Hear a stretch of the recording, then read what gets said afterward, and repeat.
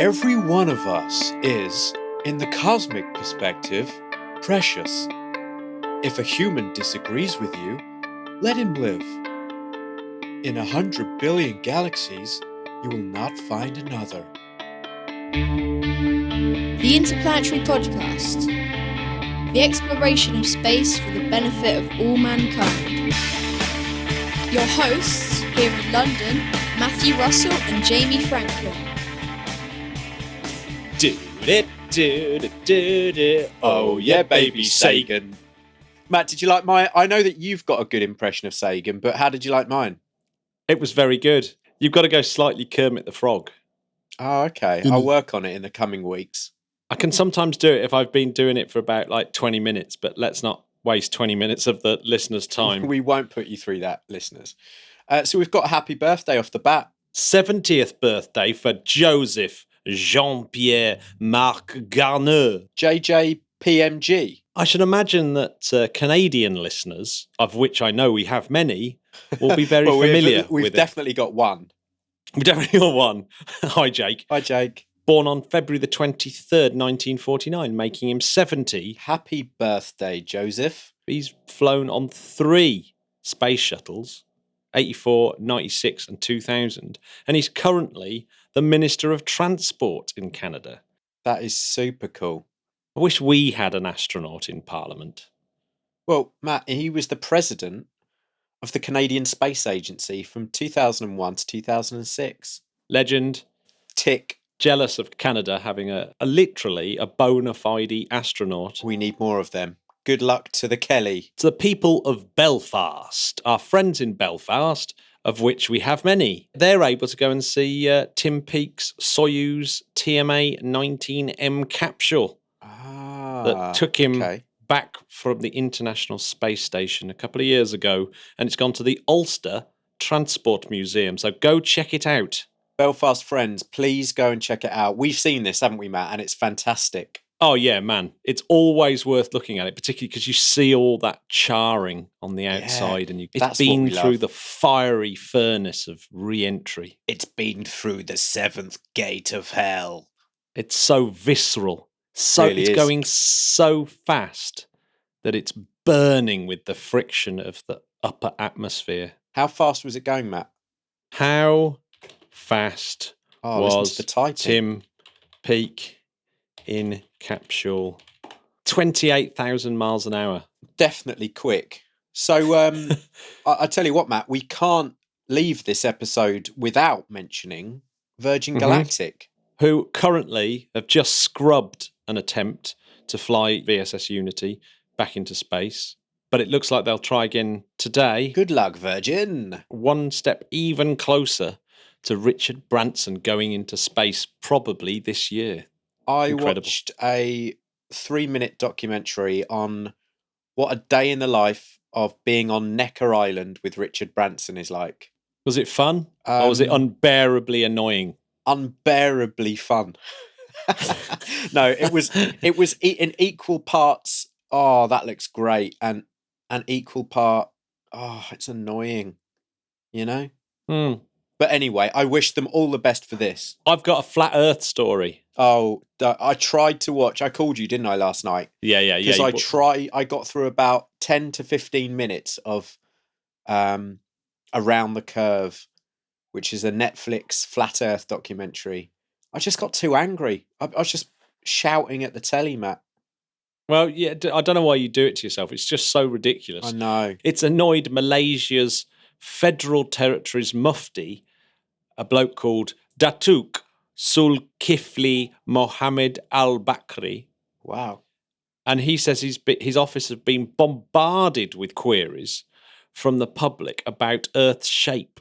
And he's criticising the cancerous spread of flat Earth conspiracy theory. He said, look, all the scholars, Muslim scholars, agree that the Earth is round. These theories have been confirmed by Malaysia's first astronaut, Dr. Sheikh Mustafa Shukar Sheikh Mustafa, who went to space in 2007. This is what you have to believe, isn't it? You have to believe that all of the people that have been in space, worked in space, talk about space, are lying. And as we learnt, Matt, the more people who try to hide a conspiracy, the more chances of it leaking and coming out. And it hasn't, has it? Well, no, it's totally ridiculous. My space word of the week really should have done it in for flat Earth. It's quite simply preposterous. A quick little story that I saw in the news this week. Oh, yeah. Was how a chap called Dr. Jeffrey Johnson, a researcher at the University of Florida, has been looking into what kind of mix of astronauts you need on a long-term Mars mission.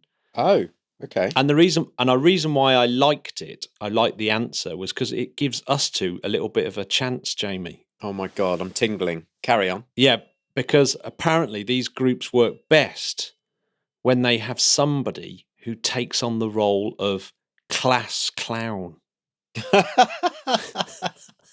Oh, and there's me thinking you were going to say award-winning journalism. No, Class clown. No, class clown. Yes, they need a Mars mission. Will need someone who can break the tension and can bring people together. That's us. There we surely. go. Yeah. I mean, Matt, if we can break, we can't break records, but god damn, can we break tension? Absolutely.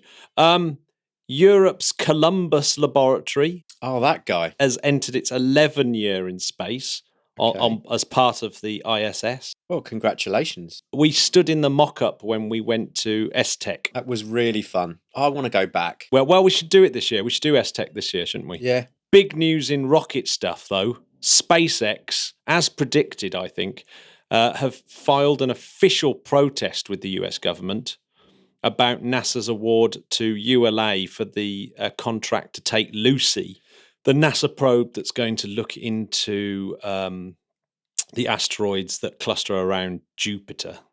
Okay. So I think it's a Trojan mission, isn't it, the Lucy? Yeah. Yeah, they wanted, obviously it's such an expensive and important mission that they wanted something really reliable. That was the excuse. But SpaceX are saying, well, hang on a second, we're reliable, but we're also considerably cheaper. So you shouldn't be wasting taxpayers' money. We should have at least had the chance to kind of get our bid in. Here. It's getting a bit fraught, isn't it, with SpaceX at the moment? Their sort of military thing with their launch on Falcon Heavy's being looked into. Well, let's move on from SpaceX. Yeah, they're just a fraught time. A new moon discovered around Neptune. This is exciting, isn't it? Because, I mean, how beautiful is Neptune, Matt? Do you know, we should do a Neptune special, because I know very little about Neptune. I do as well. We really do need to do a special on it. This is very cool. So tracking the 7th and smallest inner moon since it was spotted in pictures from the 2013 Hubble telescope. Yeah, so a guy called Mark Showalter from the SETI Institute has written up the results in Nature, just come out, and it includes observations of Naiad, Neptune's innermost moon, which was last seen in 1989. Ah. So, yes, basically this report says that Hippocamp orbits close to Proteus, the outermost of the largest of the inner moons, and the orbital semi-major axis of the two moons differs by only 10%. Proteus has migrated outwards because of the tidal interactions with Neptune. Results suggest that Hippocamp is probably an ancient fragment of Proteus, which is providing further support for the hypothesis that the inner Neptune system has been shaped by numerous impacts. Should we talk about the name Hippocamp, or should we just leave that? Hippocamp, yes, it's a great name, isn't it? It just makes me think of a really happy African safari. Hippo is Greek for horse. Oh. Campos is Greek for sea monster. So it's a sea monster, a seahorse. Greetings, Hippocamp. I mean, I know that you wanted to mention what Elon Musk's been up to. Drink. My kids are so obsessed with this. I had to look up who he was. Are you joking? Turns out he's got quite a bit of following on YouTube. And you know he lives right near you, don't you? Does he? He's a Brighton boy, yeah. Oh, God. Yeah, he's the biggest thing on YouTube. There's T-Series, which is some Indian commercial YouTube channel that is approaching his subscription. He's got various celebrities to sort of help him out, to keep him, above T-Series, and it's become a real thing amongst the Ute. Right. And his latest person who he's got in to help him is Elon Musk to do his crazily popular meme review. Elon Musk reviews a meme. Yeah. And he's going to do it on Pewdie Pie's channel. Pewdie Pie's channel. Okay. If you're unaware of memes, Pewdie Pie, T-Series, you'll have so much cultural catching up to do that you won't understand what the hell's going on if you watch it. It's just absurd. It's just ridiculous. How do we translate? I mean, that just shows how old I am, Matt. Now I didn't know who he was. I thought you'd be all over that. I thought he was going to be. I thought you were going to tell me how you go drinking with Pewdie Pie down the pub.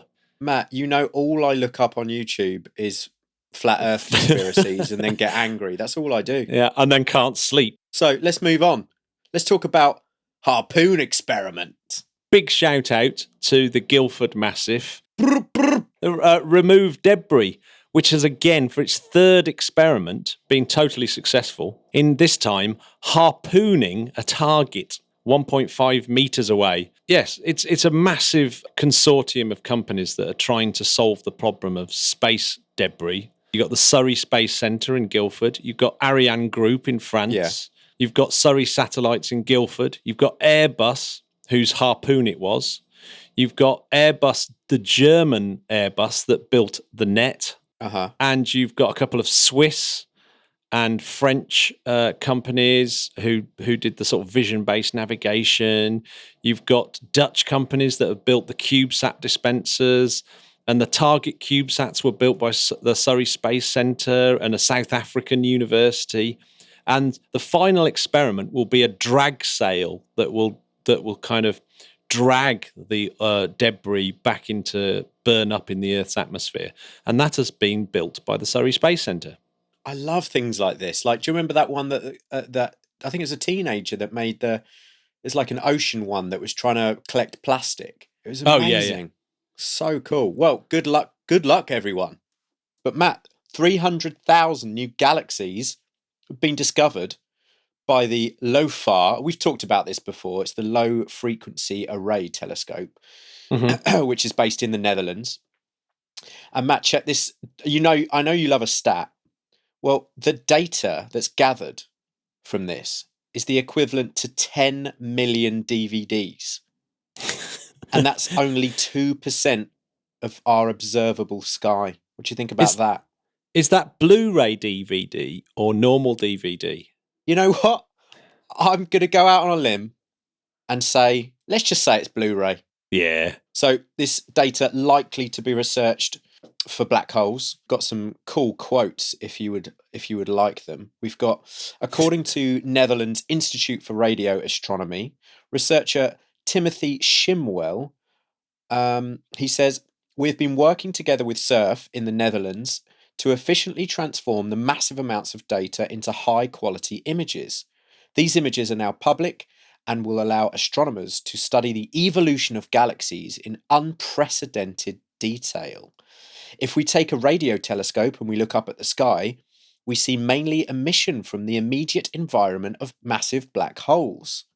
With LOFAR, we hope to answer the fascinating question, where do these black holes come from? What's brilliant about the data is that it allows astronomers to see, all these different black holes and where they are, which has, of course, led to them discovering all these hundreds of thousands of new galaxies that you can't see in light, but you can infer that they're there, I think, from the black holes that are there. But they're also seeing, it's not just black holes that are creating these radio signals, but you're also getting galaxies are shining in this spectrum of light because of movement of gas within the galaxies as well, which is helping them understand how the galaxies are forming and are sort of pieced together. So it's really, really interesting. And doesn't it make you just think how little we still know, considering that this is obviously just a drop in the ocean of what is the reality? And there's another nice quote, Matt, from Director General Carol Jackson. This sky map will be a wonderfully scientific legacy for the future. It is testimony to the designers of LOFAR that the telescope performs so well. And she was talking about the fact that other people might want to use the images to support research on magnetic fields or the relationship between galaxies. I mean, yeah, list goes on. What's incredible is that this 300,000 galaxies that have been discovered, this has been all cobbled together from about 26 research papers that have been written recently from this data. And what's incredible is that it's only the first 2% of the Sky survey. So 26 papers with astonishing findings, and that's from only the first 2% of the survey that it's done so far. Absolutely love that. So Matt, I reckon that if we've got doppelgangers in other in other galaxies, then there could be an extra 300,000 of us. Yeah. Well, I tell you what's going to be interesting is that they're going to see things that are really important, like some of the early first black holes that started to form right at the beginning of the universe. So that's going to be super exciting. Hey Matt, it's that time of week again. Yeah. Space word of the week. Space word of the week. A reason why I wanted to do this word, which is Coriolis, is because Bob Hodges was insisting that I looked at the Gateway Foundation space station. So what I'm going to do is I'm going to do a bit more research and do Gateway Foundation next week. So, but in the meantime, I thought Coriolis was a good thing to look at because it's an effect that affects these spinning space stations. And when you set disks spinning, they have lots and lots of sort of counterintuitive effects. You know, when you've got a gyroscope and you spin it up, it just feels all wrong, doesn't it? All the sort of things that it does is really counterintuitive, the way that it spins on its axis and you get precession around it in a weird way that you wouldn't be expecting and all those sort of things. Absolutely. And a lot of these things are down to centripetal and centrifugal forces and things like this. And now some of these forces are what's known as fictitious forces. So they don't really exist, but they do have an effect. And in fact, gravity can be considered a fictitious force. What about the Space Force? Is that fictitious or real now? It's no longer going to be its own thing, is it? That's a good bit of space news there, Jamie, that you've snuck in. Yeah. It's going to be part of the Air Force. It's not going to be its own division. Coriolis is an interesting part of this phenomena of all the weird things that happen when you've got spinning things. Let's take the Let's take it. Say you were standing on the equator, directly south of me in London, right? Yeah. So you're standing on the equator and you think, I'm just going to fire a rocket up at Matt. So you fire a rocket directly north. Now, the weird thing is, it wouldn't get to me. It would end up sort of in Paris or Berlin or somewhere like that. What's going on? Why doesn't it just go north? Well, imagine you're standing about a meter away from the North Pole. I'm imagining it. It's cold. As the Earth rotates, in one day, you'll have done a circle of 1 meter in radius. Agreed? Oh, agreed. Yeah, so you won't have gone very far in the rotation when you're standing near the North Pole. In other words, you could walk around that radius really, really easy. So you haven't travelled very far. So you're not going that fast. Whereas when you're standing on the equator, you're going a very long distance in one day. So, of course, you're travelling a lot faster at the equator. Agreed? I'm on board so far. So when you fire your rocket from the equator, it's got all that speed going in the direction of travel of the Earth's rotation. Well, it doesn't lose that speed. As the rocket's coming towards me in London, it's still got its eastward motion. It veers off towards, to the east. Okay. Meaning it won't get to me. And that is the Coriolis effect, essentially. Wow. And it affects all sorts of things. The big effect that it has is, imagine you have a storm that's just started. Now, a storm cell is really an area of very, very low pressure. And the wind, the air sort of, when you've got a vacuum, obviously everything rushes into the center where that low pressure is. But if the air is rushing from south to north, then it's being deflected just like the rocket was. It's being deflected eastward. Now, coming down the other way, it's doing the same thing. As a result, it actually starts to circulate the air. If you think about the way that the air is being bent, I'm with you. and that's why cyclones spin and hurricanes spin. It's because of the Coriolis effect. And and the brilliant part about it is if you're in the northern hemisphere, they spin anti-clockwise. Yeah. And if you're in the southern hemisphere, they spin clockwise because of the Coriolis effect. And it's really, really intuitive once you get your head round the Coriolis effect. What about toilet water going the wrong way? Or is that a myth? It's actually a myth. I'm glad you brought that up, but it's a myth. Yeah, it was always said that Coriolis was that's what was causing it. But it's pretty much, if you do it, it's 50-50 going to go either way. And it's much more to do with the imperfections of your actual drain and the way that the water first starts to go down the drain. The Coriolis effect on a water in a sink or in a bath is just far too weak to actually create that spinning anti-clockwise or clockwise. It's a myth. That is an urban myth. Yeah. But yeah, it's a nice one. Yeah, and of course the Coriolis effects actually takes hurricanes and cyclones away from the equator as well. So you can't have hurricanes and tornadoes along the equator. Oh. So yeah, which is one of the reasons. It pretty much the fact that storms do this is essentially yet one massive piece of evidence that the Earth is a globe. As if we needed more evidence, but there we go. Yes, I know, but Coriolis. But there's a similar effect called the Oishvosh effect.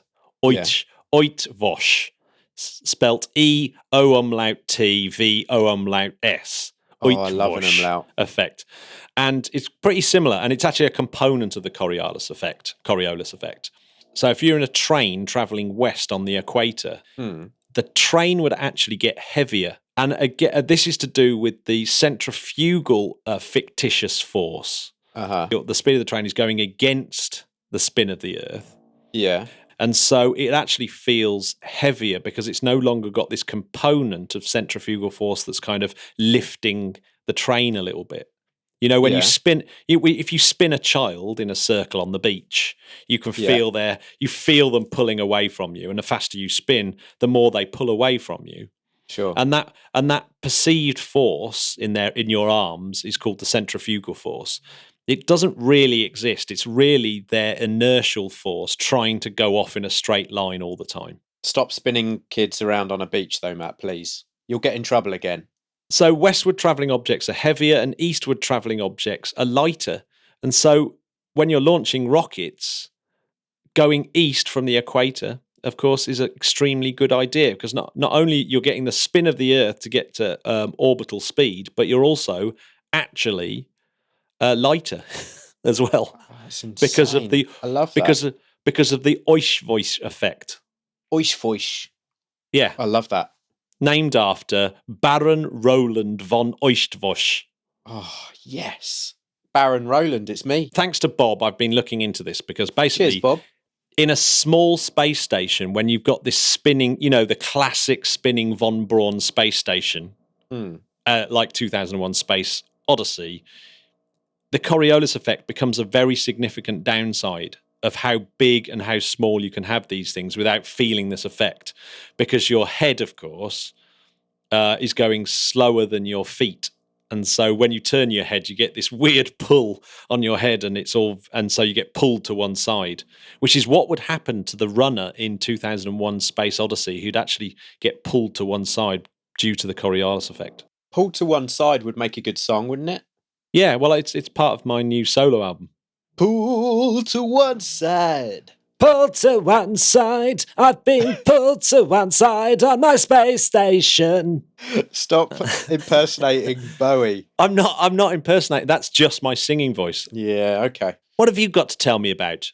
Well, I have been looking online and I found this great story about a wonderful lady called Doreen Boyd, who happens to be the director of data at Wright's Lab. and she's been helping track down slave labor camps in Asia. And she's been doing this via satellite imagery. A satellite image from 2017 of Rajasthan state in India showed a brown oval that looked like a dusty high school track, but actually it was a brick kiln. And it turns out that it's one of 10,000 or one of 10,000s across Southeast Asia that are often run on forced labour. What she did is she, realised that such imagery could help track down others. And so she set up an algorithm within these satellites that are mapping terrain every day to be able to notice them and also fisheries that employ forced labour. And absolutely incredible. There's another company called Planet that has 150 low Earth orbit satellites that gather thousands of Earth images daily that are inputting the data for this. So this week at a conference in New York City, sponsored by the United Nations University, computer sciences, slavery experts, and policy strategists presented the latest efforts in their fields and brainstormed ways to work together. We're doing team science, says Austin Choi Fitzpatrick, an expert in peace studies at the University of San Diego in California, who's been interviewing slaveholders at kiln sites like those seen by Wright's Lab to study from space. Absolutely amazing. But yeah, some terrible stats. Some 40.3 million people are held in bondage today, according to the latest estimates from the International Labour Organization, based in Switzerland. It's not good, is it? There's more people who are slaves today than any other time in history. So what fantastic work. I'm going to come from this from a different angle, Jamie, because there's a guy called Andrew Zolli, who was the head of social initiatives at Planet Labs. Yeah. The thrust of the Reuters article that I saw was that he was sort of saying that new technologies, including, complex cryptocurrencies like your Bitcoins, etc., and mobile apps, all those sort of things are fueling the modern slave trade. And so he wanted to come up with a way of saying, well, we're going to use super modern technology to kind of stem the tide of this. And yes, this AI thing is an incredible weapon in trying to stop this. Because United Nations have set a goal by 2030 for ending forced labor and modern slavery worldwide. So they're going to have to step it up, aren't they? If they're going to reduce it by 40 million people, have got to be taken out of slavery in a decade. It's a good target, and I think everyone should do their bit. This is fantastic work. So big ups to Wright's Lab and Planet. Yeah, well, I mean that answers quite a few people that don't understand why we spend money on space, and this is exactly why we. It's not just growing plants on the moon. It is about some really very cool stuff. I think we should try and get Doreen on the show. Oh, absolutely. That'd be absolutely amazing to have someone like that on the show. But in the meantime, I know that you're obsessed with BereSheet. Yeah. Should we talk about that? Oh, absolutely. So this is the week. As predicted in the podcast review of the year, BereSheet is going to be launching to the moon this week as part of a ride-sharing Falcon 9 launch from Cape Canaveral. 1:45 Friday, Greenwich Mean Time, in the morning. So hopefully by the time this show goes out, everyone will have seen this thing take off. So it's a washing machine-sized lander. 585 kilograms, most of it fuel, and what it's going to do is it's going to orbit the Earth for a bit, and every time it orbits the Earth, it's going to be enlarging its orbit in an elliptical way, so that after a while, that elliptical orbit will intercept the moon, and that's going to happen about 4th of April, and then it's going to circularize that orbit, and then shrink its orbit around the moon and hopefully land by the 11th of April, totally autonomously onto 3D printed landing legs. That is exciting. I actually mean additive manufacturing, of course. Well, of course you do. But that's it now. 3D printing is what it's called, and we can't do much else about it.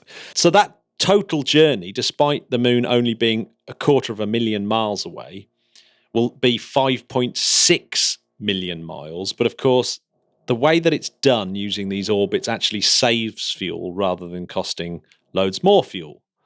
And talking of fuel, the rocket engine that's going to be doing this is actually built by Nammo in Westcott, which is, of course, in the UK, and it's called the LEROS, LEROS engine. What's really weird is the team leader of this LEROS engine is a guy called Rob Westcott. So he's got the same surname as the town that Nammo are based in. So it's a little bit confusing when you're reading the Westcott said, what, the whole town? Anyway, usually designed. So it's usually designed, this LEROS engine, because it's used by geostationary satellites to get up into orbit, I believe. And so it's usually has very, very long burns with very, very long shutdowns. So each time the burn happens, it's normally on a cold engine. So they've had to adapt this one and give it a shorter nozzle and larger thrust, because obviously it's going a lot further out. But it's got to do lots of hot restarts. So by the time it's restarted again, the engine won't have had time to cool down. So that's going to be really interesting. But the LEROS is going to be doing everything. So it's going to be doing the orbit, the landing, and also a planned 500-meter hop once it's actually on the moon. And it's going to be landing in the Mare Serenitatis. My favourite part. The reason why it's going to do this jump is because it's going to be measuring magnetic fields using an instrument supplied by the University of California. And it wants to do it in two different places because there is weird magnetic stuff going on in that part of the moon. I like that. I like the quote from Maurice Kahn. Oh, it's South ace, African-born entrepreneur and billionaire who lives in Israel. He's the 43% funder. Now check this one out, Matt. He said, "I don't want to be the richest man in the cemetery." Should we ask him if he can give us some money on Patreon? When BereSheet was first being built, it was being built for the Google Lunar X Prize that finished last year with no winner. So it's come out of that competition, but they needed some money at the beginning. And they went to Maurice Kahn and said, "Oh, can you lend us a bit of money?" He said, "Well, give us a budget then." And they came back with something that was actually quite unrealistic. So he's been funding it ever since. I think he was in it for about 10 million at the start, and he's ended up having to put 43 million in. So, yeah, the figures are, originally the budget was a sort of 5 million for the launch on SpaceX, but they reckon it probably cost more like 22.5 to get this ride share. Got it. Which I think is pretty cheap, but it's still a lot of money, obviously. There was a research budget of about 8 million. The government... I love that kind of research budget. Yeah, the Israeli government gave them a couple of mil. And so it's all in all, it's cost $100 million, which compared to the 3.5 billion that NASA spent in the 60s on the Surveyor lunar landers, means that it's not bad. It's not, well, yeah, there were 7 Surveyor lunar landers, so that works out that it's roughly 5 times cheaper than the Surveyor. So Israel... That works. So they've done an incredible job, Space IL, to actually get this that cheap. So good work. It really is good work. So the robot's only going to operate for a couple of days until it overheats. Actually, if you think about how brilliant Israel has been, that it's got a population smaller than London. So that's less than 8 million people live in Israel, and they've managed to do something as technologically advanced as this. Is absolutely testament to their fantastic education programs and their embracement of science. Well done, Israel. That is fantastic. Well, I just think it's one of the most important space missions for a very long time. You bear in mind, only government space agencies have done this. So only US, Russia, and China have managed this feat. Japan, India, and Europe have all crashed probes, but not actually gently set down. So if by April the 11th, they managed to actually do this, I think this will be even more incredible than the Chinese Chang'e 4 mission. Well, I agree. There's definitely less people in Israel. Yeah. Yeah, just a bit. Just a bit. Now, Matt, let's go to listener letters. Listener letters of the week. Yes, we had a couple of good ones. So Michael Richardson, He thought it was funny when in the Stephen Ringler episode that we were surprised that he was a musician. He says, surely Buckaroo Banzai has demonstrated that you can't be good at space science unless you are also in a band. There we go. So I must go see Buckaroo Banzai. Definitely. And also, Jamie, someone pointed out remember we were talking and I pointed out the Venus tweet that had been made about a global warming and Venus is still there and that's got a runaway greenhouse effect. Yeah, remember that one.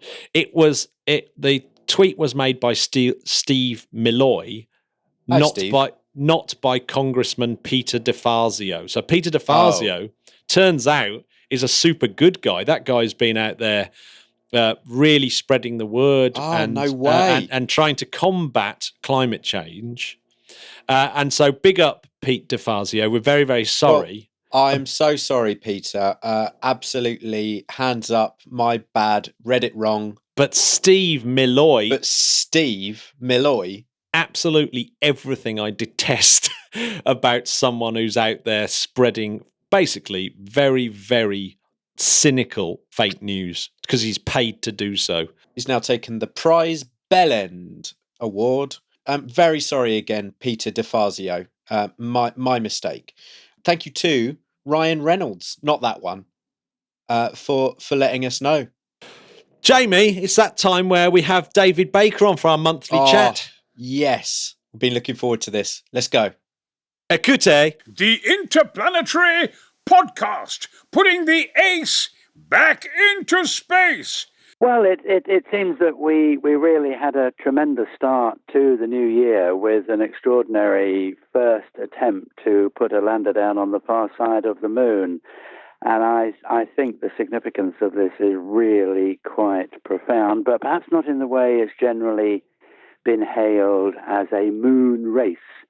I think if there's any race associated with this, it's much more down to the old tenets of a space race, because I think there's going to be a certain amount of spiky interest among other countries, but I'm not quite so sure it's going to affect very much what's happening in the United States, contrary to what a lot of people say.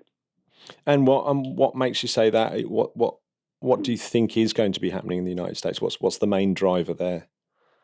Well, I think the trigger for previous activities in the space program in the United States really were locked into the first decade of the space age, from late 50s to late 60s. And from that point on, really, it's been a very pragmatic consequence of what NASA can get in the way of budgets. Latterly, in the last decade, essentially what the commercial providers can pay for. It's much more down to a business as usual, continuing to develop right across the spectrum of planetary, astrophysical, space science, Earth resources, and human spaceflight capabilities. I just don't see the flexibility in the American programs now that there was in the first quarter of the space age. And therefore, I think that there is this profound feeling in the United States that really, as they are already funding nearly half of the world's expenditure on space exploration, that they've really got it there in terms of where they want to be, and that the budget's going nowhere. It's certainly not increasing, and there's continuous threats from all fronts with regard to expenditure on what exists already, not least Congress being very aware of the criticism in the media at large about the national space projects, big-ticket projects such as Orion and the Space Launch System, and even the James Webb Space Telescope now coming under fire with regard to this very significant delay to the flight and the soaring cost of the project itself. But I do see that other countries, and particularly India, are going to take serious note of this. And I think the real running is going to be between India and China. I really, really do, because I think they are contesting the same market niche, which is to develop programs in my view, which is just a personal opinion based on what I've seen in the past and what I'm seeing now, is that a lot is accruing of a propaganda and a political credibility behind space projects. And then it's still amazing, isn't it, that space projects still seem to empower nations in their technological virility symbols, just as it did in the days of Sputnik. That's a really good way of putting it. Yeah, I have to say that I've been kind of toying with that idea in my head of things like the SLS Orion and the Lunar Gateway in particular. They really aren't the kind of projects, I think, in the long term that are that inspirational in terms of I don't know what their driver is, but the driver can't be to wow the public or wow, because it's definitely better to put boots on the moon rather than boots in orbit around the moon. It just feels, especially considering the Americans have already done it 50 years ago. So, I really like that idea that I suppose, China and India are going to be taking up these projects that are going to have much more of a public wow factor. Is that what you're saying? Yes, I am, absolutely. And I think that you say boots on the moon would do it. Well, I think even platforms and wheels, as the Chinese have shown, really got the media humming and buzzing all around the world. And I'm sure all of us who are involved in communicating the space program to a broad audience were absolutely plagued over the success of Chang'e 4 and the landing on the far side. And I was doing talks for stations in India, Hong Kong. It really gripped people's imagination. I think almost in a way robots have trumped humans. Because human spaceflight is so expensive, it's so protracted, it takes so long to get anything done, and particularly in this very risk-averse world in which we live, when you consider that it was just 12 years from Sputnik 1 to walking around on the moon, and here, that's less time than we've been talking and expecting the Space Launch System and its precursor Ares under the Constellation program. We just can't get things done anymore in the way that hungry nations wanting the world to watch them, wanting a political propaganda, which is common to all countries who want to improve their acceptability on the world stage. And space is still on that front line, although I do feel it's a complex mix that China is in it for the long haul. And it's interesting that they are putting so much emphasis now onto these unmanned robotic activities actually on the surface of the moon. I think that resonates with people. I think short of walking around on the plains of Mars, I don't think it would really grip the imagination of the public in the way we might expect that it would. But people are fascinated by these machines which are doing things for us, that we have built, that we have programmed, and that we are essentially taking complex problems and finding solutions that embrace more the robotic side than the human side. But you referred a moment ago to the Space Launch System, Orion Gateway. No, that's not inspirational. And I think the cynic in me would say that really is driven by an almost subconscious don't touch it imperative to keep going with human spaceflight in the United States. And they've just got to find a reason for developing projects that had no mission in view when they were initially approved and funded. Space Launch System, a classic example. How many mission objectives has it been given by the NASA PR teams? Mars, asteroids, now the gateway around the moon. It's really a pretty sad reflection on a total lack of coherent forward thinking. And I think we've talked about that before, haven't we? Yeah, I mean, I've got a couple of space geek friends who basically sum it up as the only good thing that they can see with SLS Lunar Gateway is that is the space mission that's going to get funded. As in, it's like, well, at least we've got something funded. So that's a bit depressing. The other thing that I thought was worth mentioning is that I had a chat with Gurbir Singh. I know you know him well, and he. I think he was kind of intimating that the Indian human spaceflight program was to the detriment of the entire Indian space program.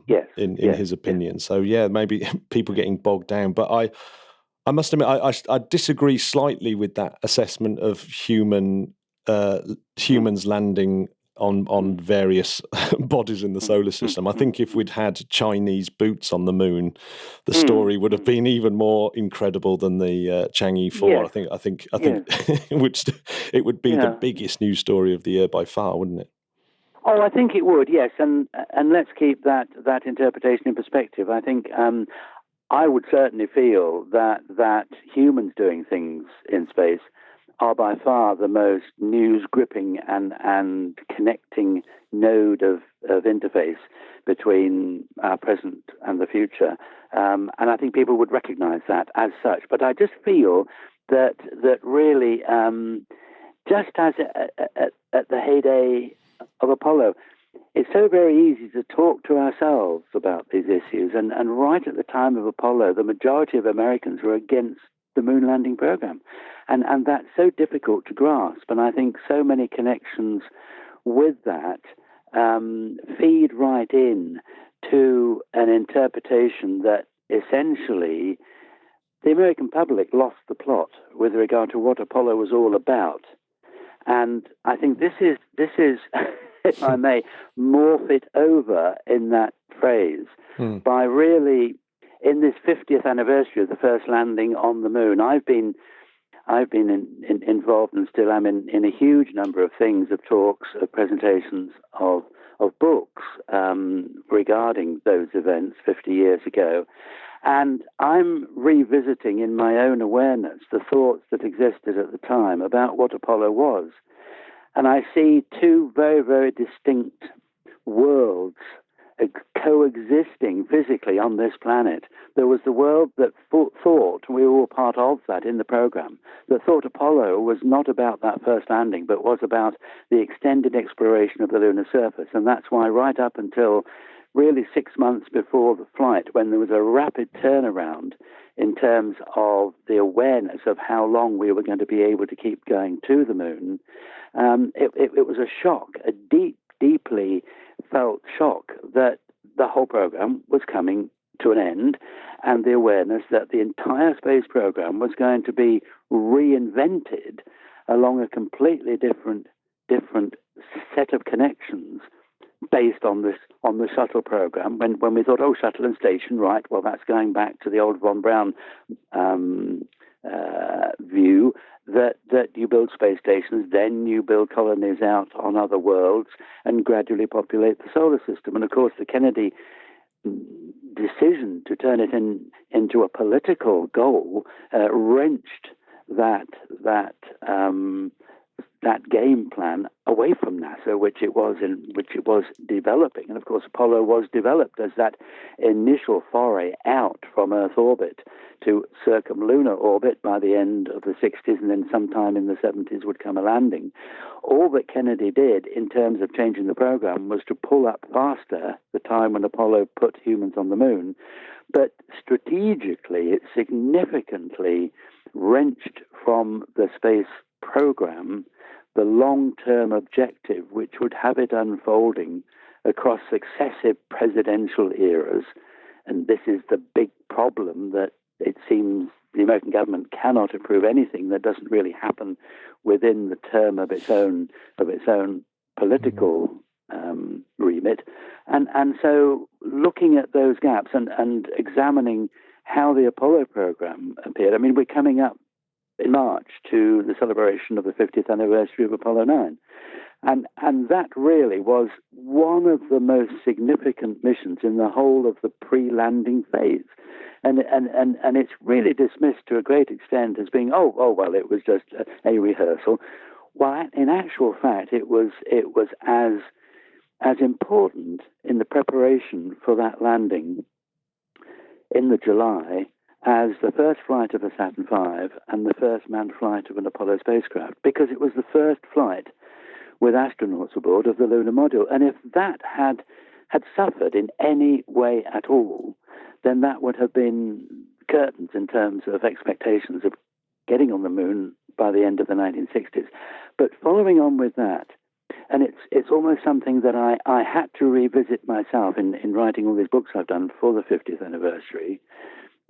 3 this year, Matt, hitting the bookshelf, courtesy of yours truly. There's never been a surge time in the media, and of course, that I have seen of this 50th, and I underestimated the impact of expectation it would have. But coming up to that first landing, we never really thought of the first landing as the real start of what Apollo was all about. It was the last of the big engineering qualification flights. And the fact that if you stepped over into the political arena and the global media arena, oh, wow, it was a big culmination of what Apollo was all about. Well, in actual fact, it was only the culmination of a political goal. But underpinning that, in terms of the engineering and the development, Apollo 9 was felt to be by far the more important since Apollo 7 and since Apollo 4, the first Saturn V flight. And the landing was merely the last of the engineering verification performances where you slotted in demonstration that you were ready to start the Apollo program, which began with Apollo 12, with pinpoint landings, with 2 EVAs on the surface.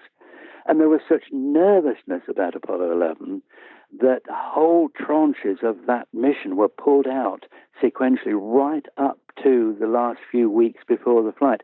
It was very last minute to pull the ALSEP experiments, that big array of experiments left by every flight after 11, powered by a plutonium nuclear fuel source to keep the instruments working and a data station transmitting to Earth information from all of those experiments on the surface for years after the crews returned. Apollo 11, we felt internally within the program, and I felt it much more closely in revisiting and going back into the archives, looking at my notes from the day and everything. And yes, it was a great political nod to, okay, guys, here you are, world. You've got your big first of boots on the moon, but the real program is going to start when we can begin to exploit Apollo and develop that spacecraft. And Grumman was given the go-ahead, and Boeing was given the go-ahead to produce the lunar roving vehicle within a very short period of the first landing on the moon, because we realized it was all that we were going to get, those remaining flights as the hardware ran out. So looking at how the global impact of boots on other worlds, it's a very short-lived thing. And the real message never, seems to get folded in to the public psyche that this is a long-term exploration program. Yeah, I mean, it's really fascinating that some of the rocks, for example, that Apollo 14 brought back are in the news again because they found bits of the Earth in there. Some poor rocks travelled. In fact, it might even be the oldest known Earth rock that Edgar Mitchell picked off the surface of the moon, which I think is quite amazing. And of course, it's still bringing science dividends to this day. So I guess I'm a great advocate of human lunar exploration, but I think going back to connecting this with the gateway and the station, I think I think we must recognize the elephant in the room, which is the fact that the United States civilian space budget, the NASA space budget, is insufficient for it to do the things it would like to do. And so it is totally constrained by what it can afford under a flatlined budget. Sometimes a budget which isn't even keeping pace with inflation. And that is one of the problems. And the fact that it needs international cooperation in order to be the team leader, but not the sole provider. And that is the real problem. That amidst all these technical and wish list options that we can all write up, at the end of the day, it's going to be what NASA can afford, and here we are talking about NASA as against the military side, and this is the problem: the fact that it's got intact a group of partners that cannot progress in these heady fashions without a team leader such as the United States and NASA, And so it is in their interest, in the Canadians, certainly the Russians and the Europeans, who are fully committed in other sectors, locked in now to this partnership, and the Japanese too, that essentially the next go-to goal has to take all that partnership along, and it's encroached even further onto the made in the USA preserve, as we've mentioned before, the fact that half of the Orion spacecraft is built in Europe, the service module, which arguably is the most important. So essentially, it's locked down into what NASA can afford because it cannot get more money from Congress. I can't imagine seeing American boots on the moon anytime soon, or European boots on the moon anytime soon. I can't help feeling that it's going to be Chinese or Indian boots on there next. I think you're right. I think China is certainly, in my view, it's certainly the lead runner on that. It's going to be a long time because, of course, they've had delays with their big launch vehicle, and in fact, they've put back to the 2030s, the time when they will expect to get humans on the surface of the moon, which they have professed is exactly where they're aiming to be. But I think this effect of having to bridge the gap between where they are now and where they are going to have to be technologically, in a way, it's caught by its own. In that French term, it's hoisted by its own petard. Yeah. Because the gap, the expectations, really, that they are encouraging are beyond their grasp for at least the next 15 years. And I think that by which time, if the Gateway does proceed as we expect it will, it's really parking the objectives on one side. I sense that's what you felt, that the Gateway is really parking the future on one side. And, well, okay, we'll get on with this because it's ISS Mark II, but around the moon. But actually, short of the solar electric propulsion system, which hopefully it will support as well, there's nothing really which is going to get us any further. And the next biggie technological development going the Gateway route is going to be a lander, and we know how much that will cost. And so this really is, I think, the next 10 years are going to be a period of expectation. And I think China will make significant steps. But I think this particular one, Chang'e 4, I think it's even outfoxed the Chinese, who certainly did not give Chang'e 3 the success expectation that it actually got. And so this mission was put together only as a result of the tremendous success of the preceding lander, even though there were technological failures with the rover. But the Chinese are doing fixes, and they are integrating this. And in a strange, cynical way, it's a little bit like the Russians, who lost the moon race for humans and rapidly fell back on an automated program of sample return and recovery using robotic systems. In a way, the Chinese know that, gosh, they'd love to get big headlines and the word moon on the broadsheets in the tabloids really gets readers' attention. So they're defaulting to pushing forward with something that they know they can do very well, because they're pretty smart guys when it comes to robotic technologies and to software systems and digital operations. And so they're able to apply technologies from outside the space program into their expectations for trying to push continuously with news-grabbing headlines. It's all political, driven by the resources, but the indigenous intellectual capability is certainly there in China, and if it really wanted to give it the gun, which I don't think they do, I think it's part of a long-term, protracted program across a very, very, very broad front. This year sees more peer-reviewed papers in the science journals from China than from any other country now. They exceed America this year with the number of peer-reviewed papers. So this is what they're aiming for. They want to be right on that top step.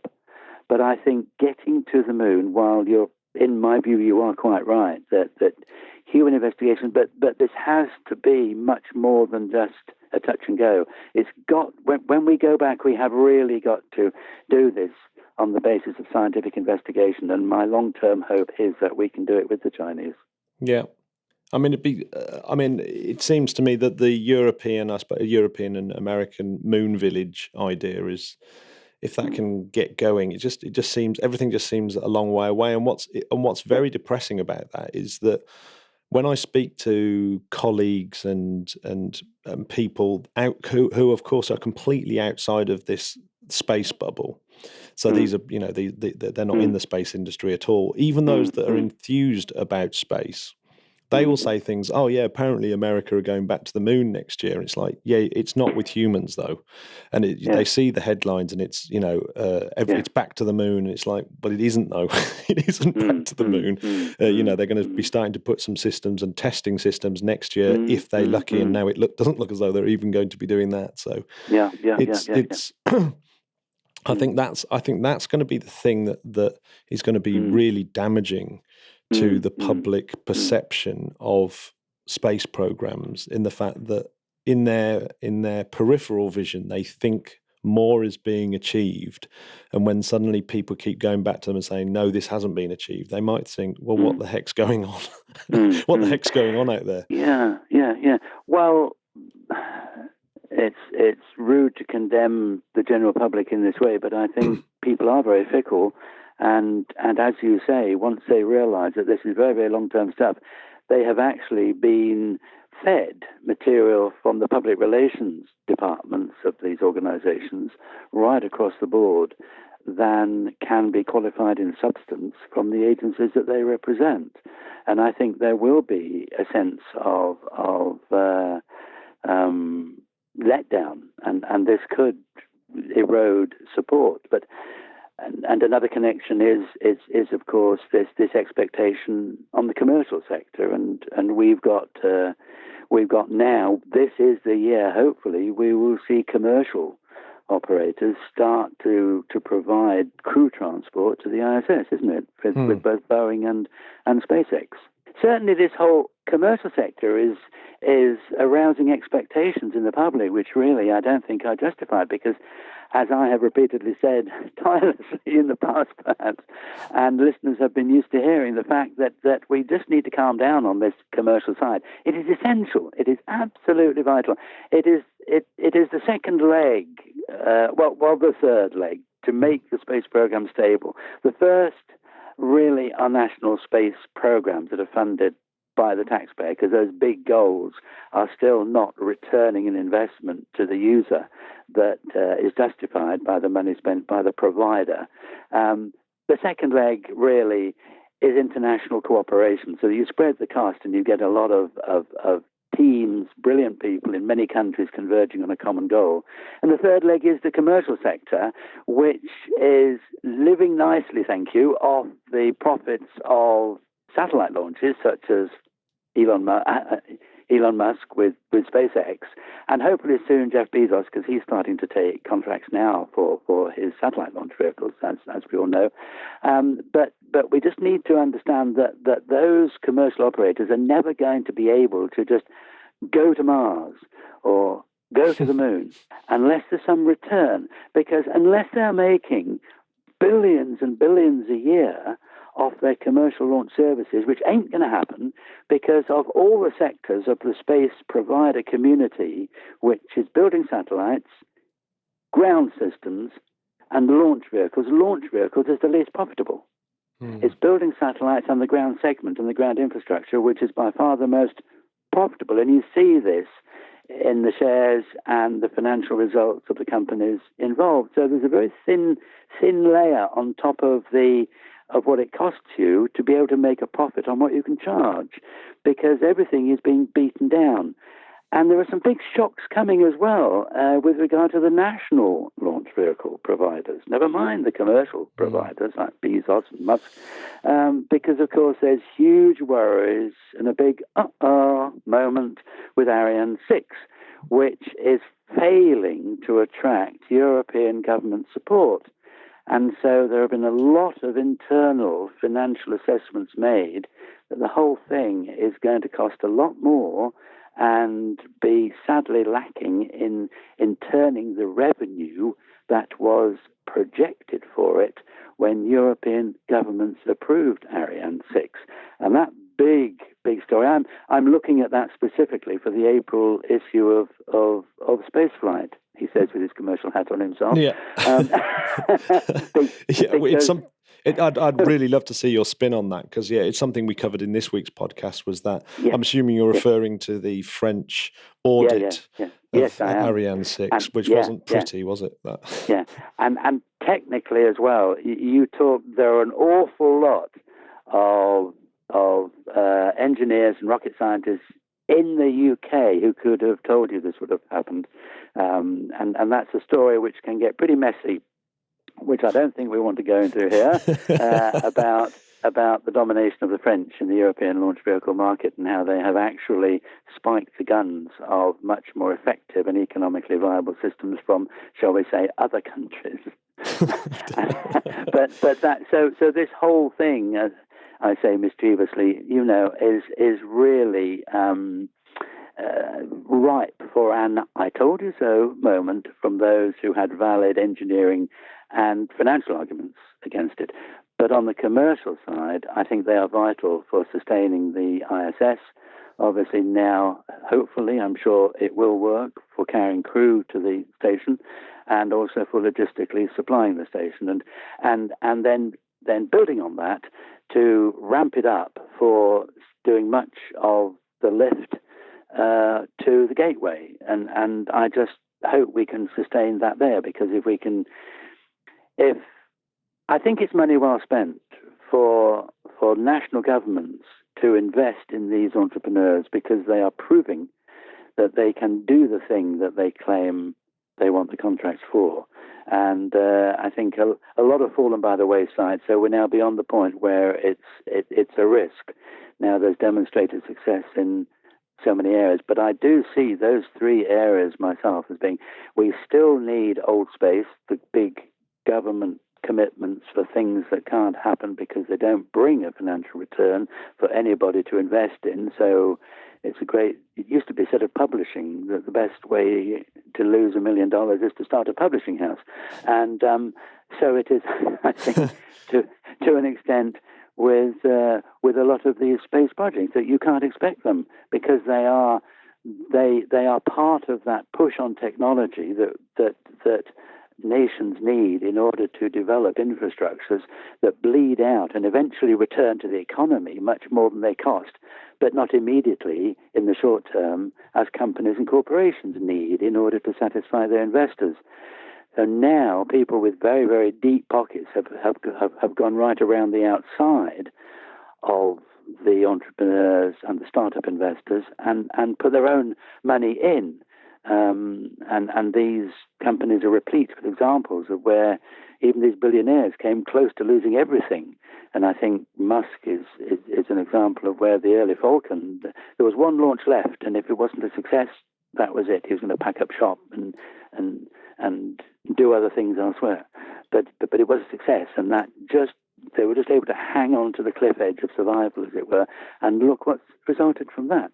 So yes, I think, but as far as expectations among the public are concerned, it's going to be a long, long time before all this can knit together to satisfy the expectations. And maybe the PR groups are too effective, and maybe there is too much of a hunger in the general public for inspirational, good news things, and people don't mind that coming out of their taxes, I think, quite honestly.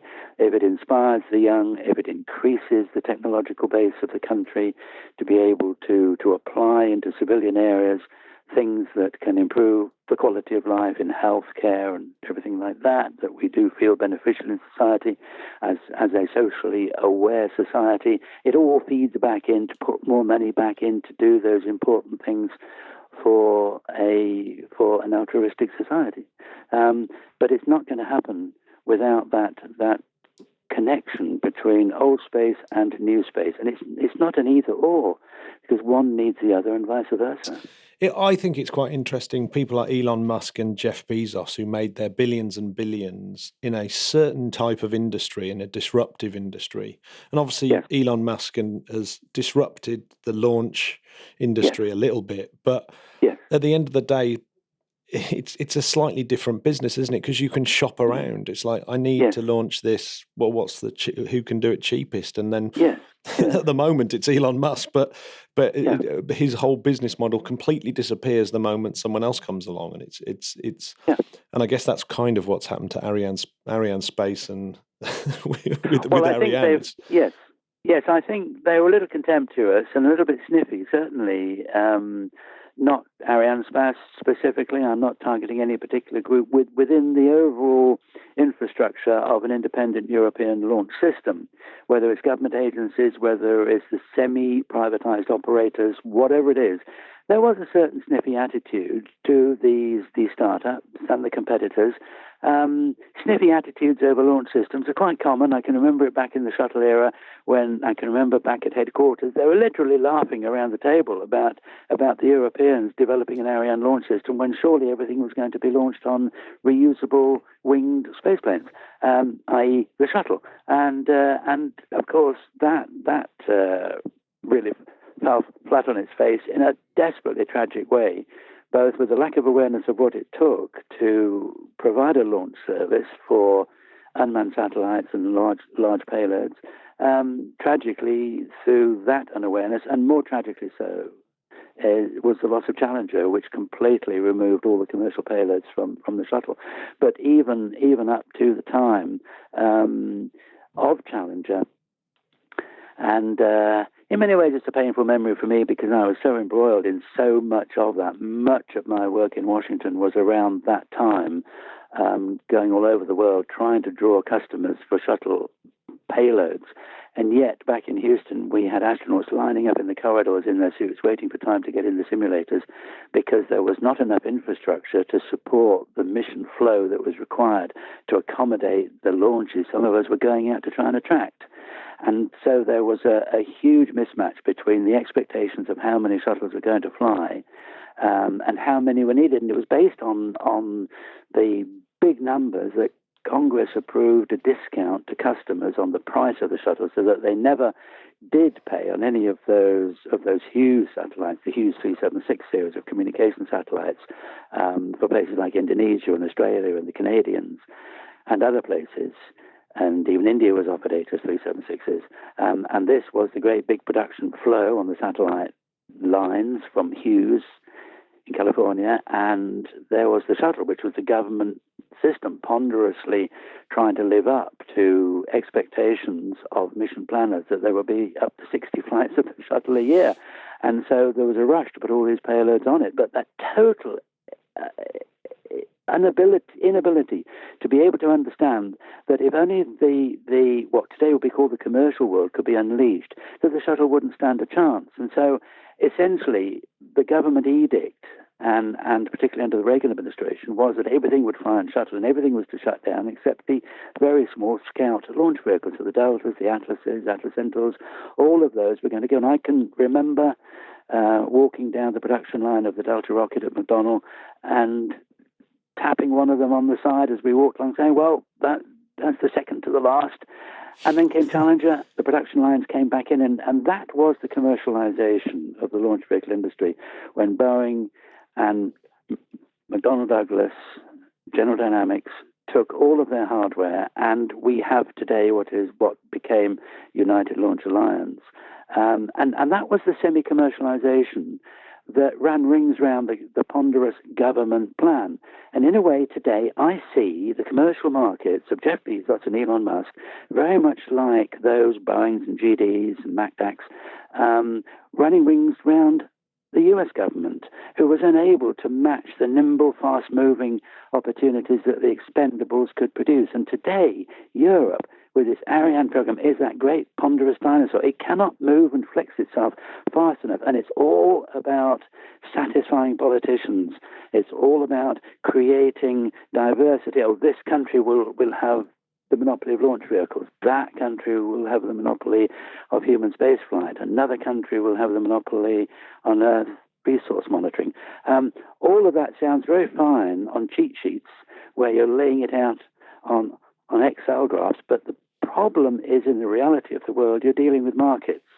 And so I fear, by example, from what happened in the shuttle era with the person, and much of this story is either forgotten or is disregarded now, but it was very, very much like it at the time, and there was this back-of-the-neck creeping feeling that the shuttle was going to fall flat on its face because there simply were not the means being applied to create this one system to replace everything else. And this is where Europe is looking and mocked initially, laughed at the entrepreneurs like Bezos and Musk, and now who's laughing now, one might say, because Europe now is stuck with Ariane 6 and the same old game, different players, different countries, different groups, but it's the same old human reactions all over again. Yeah, I mean they started off laughing, but it wasn't that. It was quite recently that they were almost angry at Elon Musk for dumping on the market, and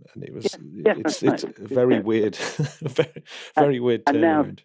And now technology is chasing the demonstrated successes of reusable core stages, and Europe quietly is looking at that all of a sudden when it mocked that opportunity. It's very, very sad, but we have to turn this around and recognize that there are deep core reasons why things are not happening in the way they should, and that feeds right the way through to what we were saying earlier about public perception is not matching. It's or the reality and the perception of the real world out there is not matching the expectations of the general public, and we could lose a whole audience. All this could go away very, very quickly, and people could have the yeah attitude when they hear more about what is expected, because unfortunately we're in that transition where the space program is becoming routine, but we don't want routine. We want excitement. We want stimulation. New generations growing up with that wow factor, with eyes wide open. We want to catch them when their eyes are wide open, when they're very young, and say, yes, there are great things that can happen. And I think really this is the fault of a society that is built on PR hype. The fact that too much is being too efficiently and effectively said about things which will take a lot longer and be a lot calmer and a lot less dramatic than when they do happen. Yeah, I mean, I think it's even worse if you're working in science and you release a paper that's all about how a chemical has managed to disrupt a certain type of cancer cell in a petri dish, and then by the time it gets to the newspaper, it's scientists have found a cure for cancer, it's kind of that. It's that same. It's that same framing, isn't it? That kind of, in actual fact, it erodes the enthusiasm of the public, because it's like, oh, you said you found a cure for cancer last year. It's like, no, they didn't. That's just how the press span it, and that's what you wanted to buy. That's the problem, I guess. But well, I think this awareness as well in those who handle the discharge of information, and you and I are in that area, Matt. And I think it is important to recognize exactly what you say, that we have to be very careful in order not to follow that expectation curve ourselves. And this is one of the reasons why I'm a very avid follower and supporter of your podcast, because I think you really consistently try to ground people in the realities while still exposing the exciting and inspirational things that actually do exist. But as you have said yourself, we've got to get away of thinking of the space program as a product to market, as though it's something on the shelf that we have to overhype compared to something adjacent to it on the shelf in terms of public expenditure. And it is, isn't it? It's very, those of us who are involved in disseminating information have to bring in a broader audience. And actually, that is something I really wanted to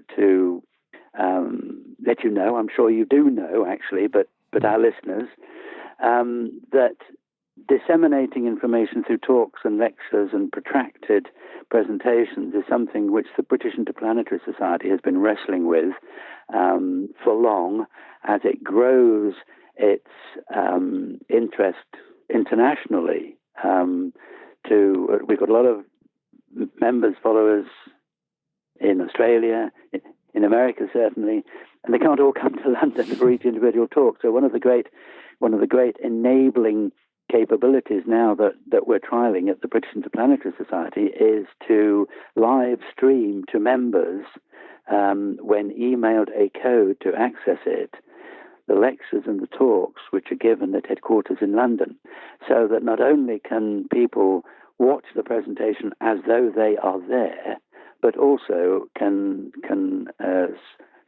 Skype in with questions or email or whatever their mode of communication is, to be able to have questions answered right there by the speaker in the Q&A session at the end. And I think this is a tremendous thing, and I'd like to raise a flag for the accomplishments and achievements of Alan Marlowe, who stoically over years has come down to headquarters to film these lectures for putting on the BIS members section of the website, and now has provided the technology and the equipment for us to be able to live stream directly via a contained YouTube channel, which is available to members.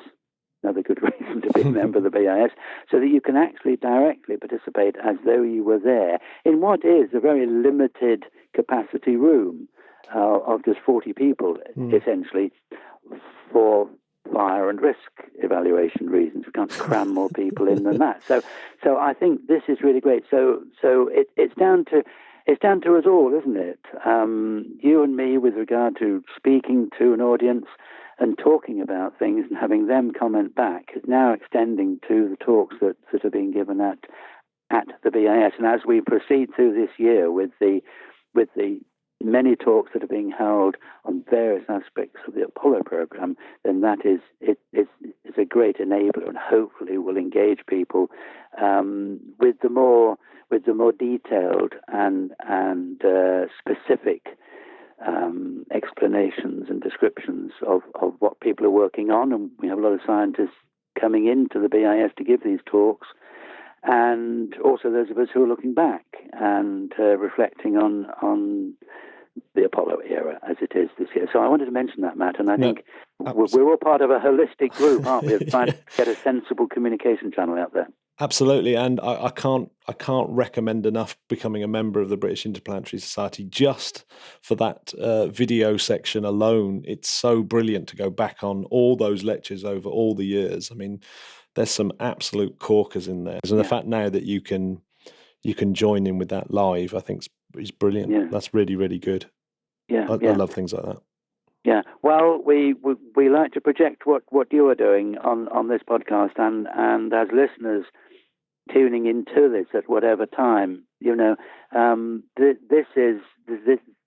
are the conduits through which we do hope to honestly, genuinely, and really objectively analyze what is happening. So there are platforms arising. You've done a tremendous work in raising the profile of direct communication with listeners through these talks, and I think through journals and magazines and books, we can help to put that balance correct. But I think over and above everything else, we do have to do our whatever we can to sustain this broader awareness that while the real seat gripping tension of landings by humans on other worlds may yet still be a little way away for us to resume, that there are hugely exciting things going on out there in the space program, and it is actually in all that other stuff that most people will be working in the program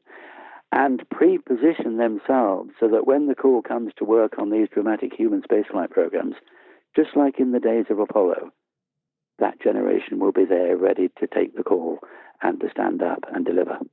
Fantastic. Well, I think that's a brilliant place to finish, David. Thanks very much for joining me again. And well, thank you, Matt. It's always a pleasure, and indeed, let's hope that all those exciting things in 2019 really do come to happen. Yeah. The Interplanetary Podcast is alive! Well, incredible as always. Thank you, Mr. Baker. Thank you, David Becker. It's time for Space Fact of the Week. What you got for me? I have. Remember we celebrated Richard Gott's birthday a couple of episodes ago, possibly last episode, actually. He has written a book called The Cosmic Web. Yeah. And there's a great quote in there that is good for looking at the size of the universe. And here we go. If our galaxy were the size of a standard dinner plate, i.e. 10 inches across, the Andromeda galaxy, M31, would be another dinner plate, a little bit bigger, 21 feet away. That really helps me realise just how far away the two galaxies are. So how long does light take to reach us from Andromeda? 2.5 million years. Oh, goodness, Matt. And what was happening on the Earth back then? We've got proto-humans, haven't we? We haven't got humans aren't humans is at most 200,000 years ago. Exactly. So yeah, but we've got some form of hominoids. Any dinosaurs around then, Matt? No. No, they're 100 million years ago, right? Yeah. No dinosaurs. Okay, there we go. Well, that's fantastic. I love woolly mammoths. Yes, woolly mammoths. Yes, woolly M's and saber-toothed tigers. I'm going to read out some names for you, and I want you to tell me what you think they're like as characters. What do you think? What do you think they bring to the world of space? Okay, here we go. Anthony Peggs. Well, he's an absolute legend. What about Bob Hodges? Well, we've already had his several contributions. What a legend! What about Catherine Carr? Space legend and space advocate and goes out there, is doing it. She's out in the world doing space stuff. She's crushing it. What about Darren Fuchs? He's an absolute space ledge. John Benak? Very vocal on Discord. I love him. What about Julio Aprea? I don't think there is a superlative that we could use where for would Julio. we be? God knows where we would be. God only knows. What about Justin Roberts? I can't begin to express what a legend they are. Can you express anything about Carol Sim? All I can say is that they live in one of the best cities I've ever been to. Legend. All these people in far spread parts of the world. What about Kaylee? Space legend. Finally, what do you think about Matt Gilliland? Well, I think that they're one of the most awesome patrons ever. If you want to join this esteemed list of legends, where can people go, Matt? They can go to www.patreon.com/interplanetary or to interplanetary.org.uk. Matt, let me ask you this.